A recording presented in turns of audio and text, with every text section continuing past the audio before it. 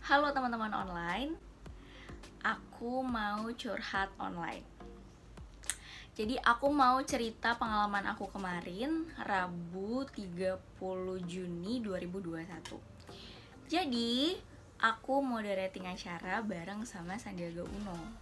Meskipun online, tapi jujur aku nervous banget. Dalam pikiran aku bisa gak ya tektokan sama Sandiaga Uno? Obrolannya bakal nyambung atau stuck gitu aja, itu ada di pikiran aku. Jadi dari sehari sebelum eventnya dimulai, aku nyiapin diri dengan cara nonton video-video tentang beliau. Aku juga cari tahu gaya pembawaannya Sandiaga Uno di YouTube. Kenapa aku baru siap-siap sehari sebelum? Karena aku tuh tipe orang yang uring-uringan sebulan terus kayak surrender di H-3 sebelum event gitu. Dan lagi pula kan karena kerja juga, jadi aku cari-cari distraksi lain supaya nggak kepikiran. Oh iya, di tanggal 30 Juni 2021 itu pagi-paginya aku juga sibuk ngendaliin diri supaya nggak nervous, karena aku berkesempatan untuk isi event di LPDB tentang training untuk inkubator di seluruh Indonesia. Gimana gak deg-degan coba? Karena eventnya itu tentang para inkubator dan inkubati yang belajar, terus mereka juga saling sharing dan saling scaling up untuk bisnisnya gitu. Para inkubator di seluruh Indonesia itu semacam melakukan pendampingan sama kantor aku, Orbit. By the way, anyway, Baswe, dari mulai di LinkedIn, di Instagram, itu orang-orang mikir kalau aku kerja di Orbit Telkomsel. Mohon maaf, bukan. Yang aku bingung kenapa di LinkedIn itu orang-orang juga berpikiran kalau aku kerja di Orbit Telkomsel, sedangkan bisa diklik kan Orbit itu apa? Orbit Future Academy. Itu bukan Telkom. Kalian bisa cek di Google kalau kalian kepo sama kantor aku. Nah, maksudnya kantor tempat aku kerja. Ya, soon Dono punya kantor sendiri, amin. Nah, by the way, kemarin itu ada beberapa inkubator yang menurut aku keren banget. Dari mulai yang inkubator dari universitas ataupun inkubator yang udah berdikari. Mulai dari, mungkin aku mention Innotech. Setelah itu ada pula yang dari beberapa universitas, dari Sabang sampai Merauke, bahkan sampai Papua. Yang dari Papua itu namanya Universitas Otto Geisler Papua. Setelah itu ada Universitas Udayana, ada Universitas Brawijaya, ada Unpad, dan masih banyak lagi. Terus ada inkubator juga dari Lampung, namanya Siger Innovation Hub. Ya, sorry kalau salah spelling. Itu dikelola sama anak-anak muda. Menurut aku kayaknya mereka seumuran aku deh, kayak 97, 94, 95, I don't know, tapi masih muda banget. Keren banget. Aku merasa kerikil banget sih pas ngobrol sama mereka. Menurut aku kenapa itu keren dan hebat banget, karena mereka masih muda dan mereka udah berimpact, dan mereka dari daerah Lampung, bukan Jakarta. Please, pemuda Jakarta, wake up. Terus menariknya lagi, aku juga connect dengan pemilik kompor batik terkenal dari Yogyakarta. Jadi pemilik kompor batik ini adalah inkubati yang belajar sama inkubator Innotech gitu. Coba kalian googling aja lah ya tentang Innotech itu apa.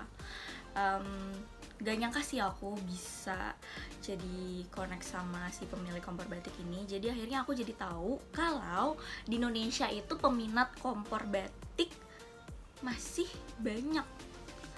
Kalian tahu gak sih apa itu kompor batik? Pada saat permulaan ngobrol sama pemilik kompor batik, yang ada di otak aku adalah dia jual kompor yang gambar batik. Lol. Ternyata kompor batik itu ya kompor buat ngebatik. Man, 2021 udah zaman digital, teknologi, semuanya mesin, tapi ternyata masih, yes, itulah. Sampai-sampai si pemilik kompor batik ini, pemilik kompor batik ini di masa pandemi enggak mecat orang atau enggak mengurangi karyawan dan pegawai yang ada di perusahaannya dia, melainkan menambah pegawai di sana. Dan menurut aku PPKM kayak gini, apalagi panjang gak sih sampai tanggal 30 kan wacananya, ini kayaknya asik sih buat ngebatik. Oke, mungkin nanti aku bakal beli kompor batik untuk ngebatik, beli canting ya kan.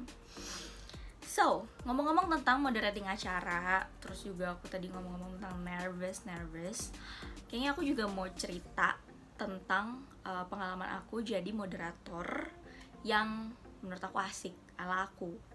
Mungkin aja bermanfaat. Soalnya kemarin itu ada beberapa teman-teman aku atau bahkan orang yang ya teman online yang tanya tentang mau jadi speaker gitu, dari mulai narsum, moderator dan lain-lain. Mereka minta diajarin sama aku. Well, aku nggak mau ngajarin karena aku juga masih belajar. Ya, mungkin kita bisa sharing-sharing aja kali ya. Aku belajar, kalian juga belajar. Kalian juga boleh kasih tahu aku gimana cara jadi MC atau moderator atau pembicara yang baik. Please feel free buat kasih aku kritik dan saran yang nampar. Oke, sebelum masuk ke tips atau sharing-sharing ini, aku mau kasih lihat video aku kemarin pada saat aku di LPDB dan aku ngobrol bareng sama Pak Sandiaga Uno. Melakukan perkembangan yang sangat baik dan bahkan beberapa startup itu berhasil membuktikan. Baik, terima kasih sekali lagi untuk Pak Sachin atas jawabannya. Mungkin ada satu pertanyaan terakhir, yaitu dari Bapak Naim. I had a question for you. Yeah. Most of the incubators, their problems. Now in pandemic time, when nobody meets anybody, nobody comes to a physical incubator. Is this an dalam keseharian kita? Pasti ada banyak banget ya Pak, contohnya dari mulai hand sanitizer, masker, dan lain sebagainya. Tapi itu luar biasa sih Pak. Sanitizer yang tadinya Yes, itu dia videonya. Aku yakin kalian bisa melakukan jauh lebih baik daripada aku, karena aku juga masih belajar di sini. Now, aku mau kasih 3 tips untuk jadi moderator dan 3 tips untuk ngendaliin nervous. Langsung aja, yang pertama, kita nggak bisa jadi komeng atau spontan uhui, nggak bisa, unless kalau kita mau jadi MC non formal. Kalau spontan itu berarti kita bisa berinovasi gitu loh di venue. Kita bisa cek sikon, kita bisa ambil bercandaan atau hal-hal yang menarik dari situasi kondisi yang ada. Tapi kalau kita mau jadi MC formal atau moderator, kita nggak boleh spontan. Kita harus ceki dulu, cek background, kita harus cari tahu dulu, kita bisa telepon panitia atau penyelenggara acara untuk tanya siapa aja narasumber kita, usia berapa, backgroundnya apa, konsepnya apa, semuanya. Even kita juga harus tahu siapa audiens kita, usianya berapa, backgroundnya apa gitu, karena kita harus adjust sama keadaan dan kita harus ngobrol tektok sama narasumber kita kan. Jadi nggak bisa spontan, sama sekali nggak bisa spontan. Jadi kita harus belajar juga lah, kita harus cari-cari tahu. Kalau aku pribadi, karena aku punya kuota internet, aku pasti cari tahu sih di internet siapa narasumber aku. Even aku pernah isi acara kesehatan dan aku nggak pernah tahu kalau ada nurse, NERS, bukan NURSE, dan aku nggak tahu role mereka apa. Tapi ya udah, aku cek di internet mereka ngapain dan lain-lain sebagainya. Terus juga pernah aku ngobrol sama beberapa dokter di Indonesia, dari berbagai profesi, spesialisasi juga beda. Paling yang bisa aku lakukan adalah cek LinkedIn. Beruntung ya kalau kalian bisa connect langsung, jadi kalian bisa bonding sebelum acara dimulai. Karena jadi moderator itu tuh gak cuma menyambut terus orangnya datang terus kita pergi, enggak. Kita harus ngobrol, literally ngobrol kayak podcast mungkin ya, tapi ya gitu, sama kayak podcast tapi lebih formal aja. Dan kita juga harus bisa membuat kesimpulan di akhir acara, jadi jembatan lah dari pembicara dan audiens gitu. Yang kedua itu mencari-cari hal unik tentang narasumber, tentang orang yang dimoderatori. Itu penting banget.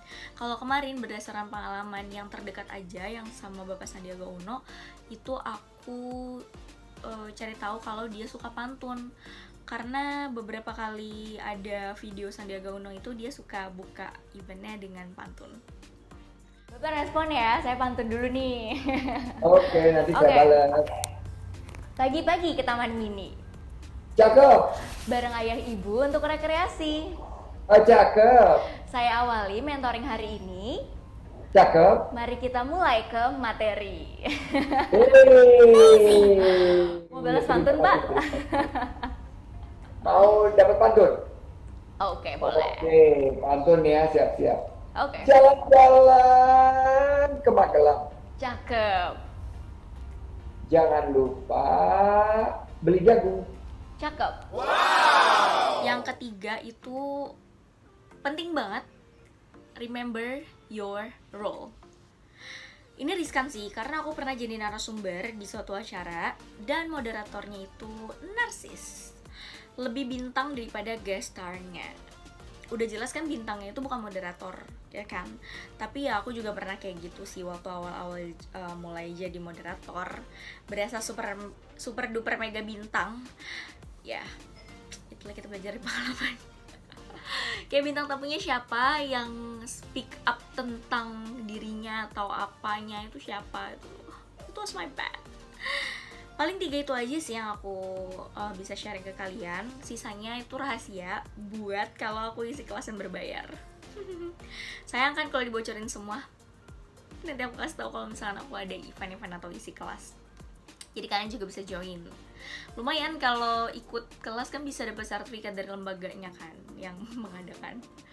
Oke, next, buat bonus aja tips buat ngilangin nervous saat jadi pembicara, baik itu menjadi host, MC, moderator, atau bahkan jadi narasumber. Ini yang selalu aku sampaikan di setiap sesi kelas aku yang aku isi. Kita nggak bisa ngilangin rasa takut, karena rasa takut itu bagian dari hidup kita. Even kita takut sama Tuhan, kalau rasa takutnya itu hilang, kita gimana sama Tuhan? So, kita bisa mengendalikan rasa takut itu atau bisa bersahabat dari rasa takut. Dan yang kedua, for me, yoga dan meditasi itu penting banget buat ngendaliin nervous. Aku pastiin sebelum aku isi acara, baik itu aku jadi MC-nya, moderator, host, atau mungkin aku jadi narasumber, aku pastiin untuk aku melakukan meditasi. Jadi aku pakai mana ya?